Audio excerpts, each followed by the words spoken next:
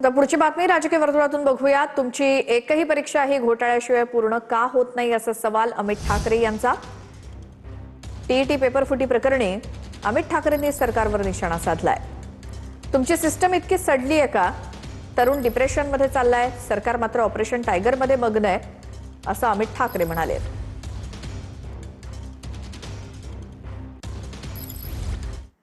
तर TET paper फुटी प्रकरणी शिक्षण मंत्री दादा भुसेंनी राजीनामा द्यावा अशी मागणी सुजात आंबेडकर यांनी केली आहे।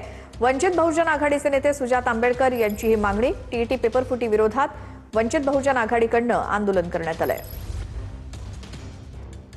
जेव्हा असा पेपर फुटतो तेव्हा नुसता एक पेपर फुटत नाही, तुम्ही 4,28,000 विद्यार्थ्यांच्या भविष्याला सुरुंग लावण्याचं काम करता, हे आपण समजून घेतलं पाहिजे।